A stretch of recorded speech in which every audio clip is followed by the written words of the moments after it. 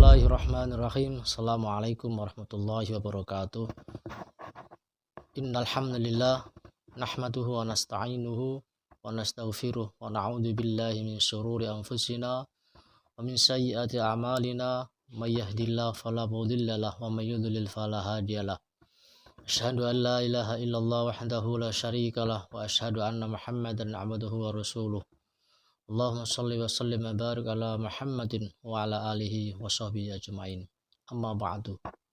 Kaum muslimin yang dirahmati Allah Subhanahu wa taala. Alhamdulillah, pada kesempatan hari ini kita akan melanjutkan pembacaan atau pembahasan asbabun nuzul, sebab-sebab turunnya ayat Al-Qur'an, pada surat Al-Baqarah ayat 115. A'udzu billahi minasy syaithanir rajim.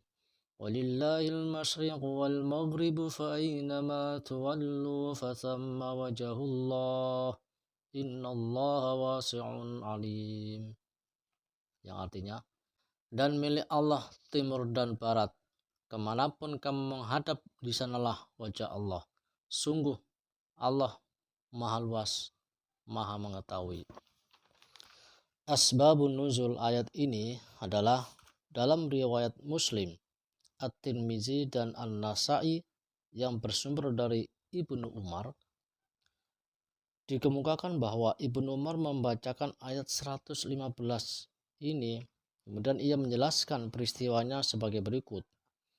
Ketika dalam perjalanan dari Mekah ke Madinah, Rasulullah Shallallahu Alaihi Wasallam sholat sunnah di atas kendaraan menghadap sesuai dengan arah tujuan kendaraannya.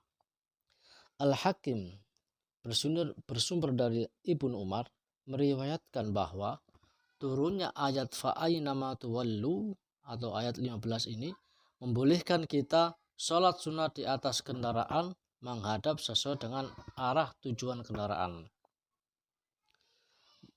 Yang kedua, bersumber dari Ibnu Abbas, Ibnu Jarir, dan Ibnu Abi Hatim dari Ali bin Abu Thalha. Ali ibnu Abu Thalha meriwayatkan bahwa ketika hijrah ke Madinah, Rasulullah Shallallahu Alaihi Wasallam diperintah oleh Allah Subhanahu Wa Taala untuk menghadap Baitul Maqdis pada waktu sholat. Oleh karena itu, gembiralah kaum Yahudi. Rasulullah Shallallahu Alaihi Wasallam melaksanakan perintah itu beberapa belas bulan lamanya. Akan tetapi hatinya tetap ingin menghadap ke kiblat Nabi Ibrahim alaihissalam atau ke Mekah. Beliau selalu berdoa kepada Allah sambil menghadapkan mukanya ke langit, menantikan turunnya wahyu. Oleh sebab itu turunlah ayat qad nara taqalluba wajhika fis sama', ayat Al-Baqarah, surat Al-Baqarah ayat 144. Kaum Yahudi menjadi bimbang karena turun ayat 144 itu, sehingga mereka berkata, apa yang menyebabkan mereka membelok dari kiblat yang mereka hadapi selama ini? Atas pertanyaan tersebut, Allah menurunkan ayat 115 ini sebagai jawabannya. Yang ketiga, diriwayatkan oleh Imam At-Tirmidzi atau menurutnya Gharib, Ibnu Majah, dan Ad-Daraqutni dari As'as As-Samman, dari Asim ibnu Abdullah, dari Abdullah ibnu Amir ibnu Rabi'ah, bersumber dari bapaknya bahwa pada suatu malam gelap gulita dalam perjalanan bersama Rasulullah Shallallahu Alaihi Wasallam, para perawi hadis tidak mengetahui arah kiblat, merasa sholat ke arah hasil ijtihad masing-masing. Keesokan harinya mereka mengemukakan hal itu kepada Rasulullah SAW, maka turunlah ayat 115 ini. Yang keempat, Ad-Daraqutni dan Ibnu Mardawai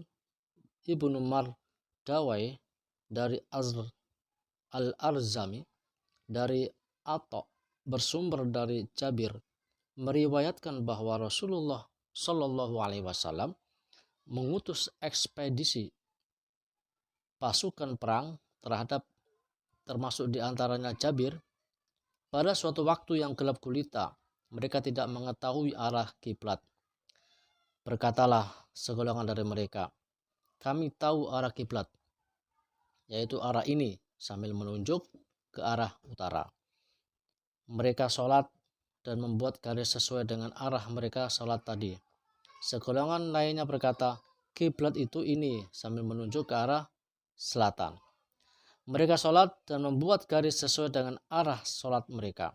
Keesokan harinya, setelah matahari terbit, garis-garis itu tidak menunjukkan arah kiblat yang sebenarnya. Sesampainya di Madinah, mereka bertanya kepada Rasulullah SAW tentang hal itu. Beliau terdiam.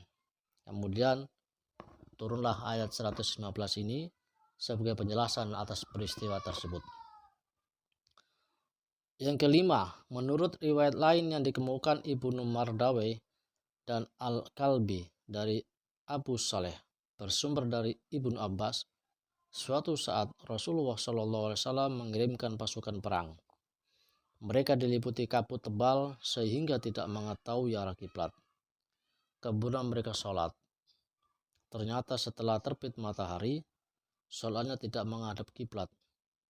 Setibanya di hadapan Rasulullah SAW, mereka menceritakan hal itu. Maka Allah menurunkan ayat 115 ini dan membenarkan ijtihad mereka.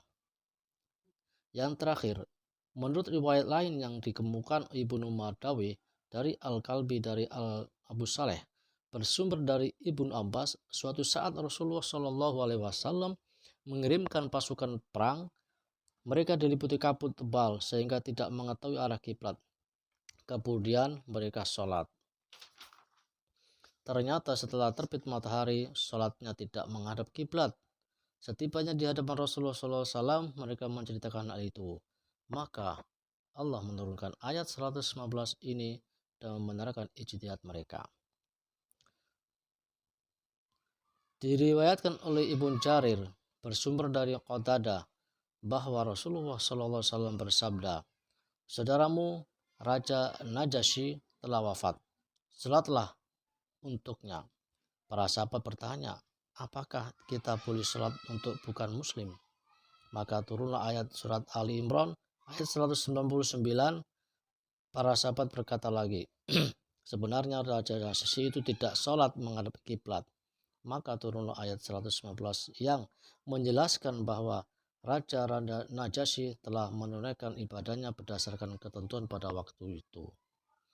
Ibnu Jarir bersumber dari Mujahid meriwayatkan bahwa ketika turun ayat Ud'uni astajib lakum, para sahabat bertanya, kemana kami menjawab menghadap? Maka turunlah ayat 115 ini sebagai jawaban terhadap pertanyaan mereka. Demikianlah pembacaan asbabun nuzul dari surat Al-Baqarah ayat 115, di mana di situ menjelaskan tentang arah kiblat. Ya. Mudah-mudahan kita bisa mengambil dari pelajaran dari ayat ini dan semoga Allah Subhanahu wa taala selalu memberikan petunjuk untuk kita semuanya kepada jalan yang benar.